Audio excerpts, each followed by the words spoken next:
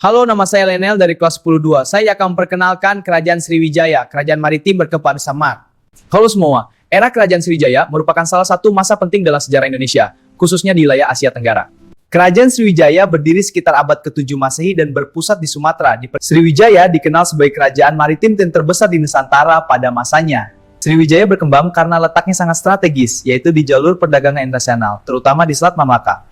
Jalur ini menghubungkan pedagang dari India, Tiongkok, dan wilayah Asia Tenggara lainnya.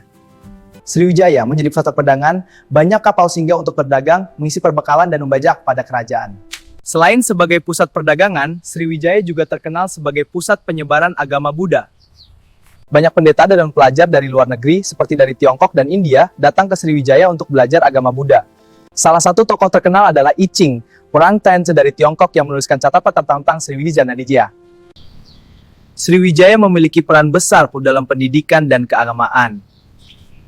Dalam sistem pemerintahannya, Sriwijaya dipimpin oleh raja yang memiliki kekuasaan besar. Kerajaan ini juga memiliki angkatan laut yang kuat untuk menjaga wilayah kekuasaannya dan mengamankan jalur perdagangan. Wilayah kekuasaan Sriwijaya cukup luas, meliputi sebagian besar Sumatera, Jawa bagian barat, Kalimantan hingga Semenanjung Malaya. Menjelang masa keruntuhannya, kondisi kerajaan Sriwijaya mulai mengalami perubahan. Aktivitas perdagangan yang selama ini menjadi sumber kekuatan utama kerajaan perlahan menurun. Beberapa jalur perdagangan laut mulai bergeser ke wilayah lain, sehingga pelabuhan Sriwijaya tidak lagi seramai pada masa kejayaannya. Wilayah kekuasaan Sriwijaya yang sangat luas juga menjadi tantangan tersendiri. Kerajaan mulai kesulitan menguasai daerah-daerah taklukan yang jauh dari pusat pemerintahan.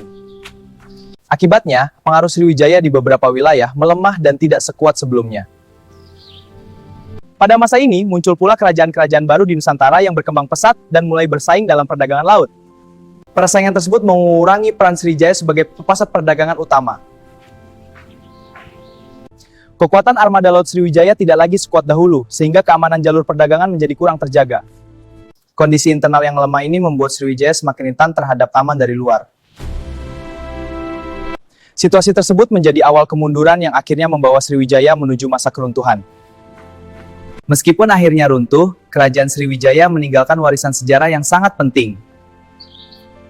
Sriwijaya membuktikan bahwa sejak dahulu Indonesia telah memiliki kerajaan besar yang maju dalam bidang perdagangan, pelayaran, dan kebudayaan. Oleh karena itu, Sriwijaya dikenal sebagai salah satu kerajaan terbesar dan paling berpengaruh dalam sejarah Nusantara. Nah, itu saja penjelasan dari saya. Gimana? Paham atau tidak nih? Sekarang kita lagi jalan di kerajaan Sriwijaya, lihat reruntuhan candi ini. Terima kasih sudah menonton. Jangan lupa like, komen, dan share ya. Kita lagi di kerajaan Sriwijaya. Seru banget!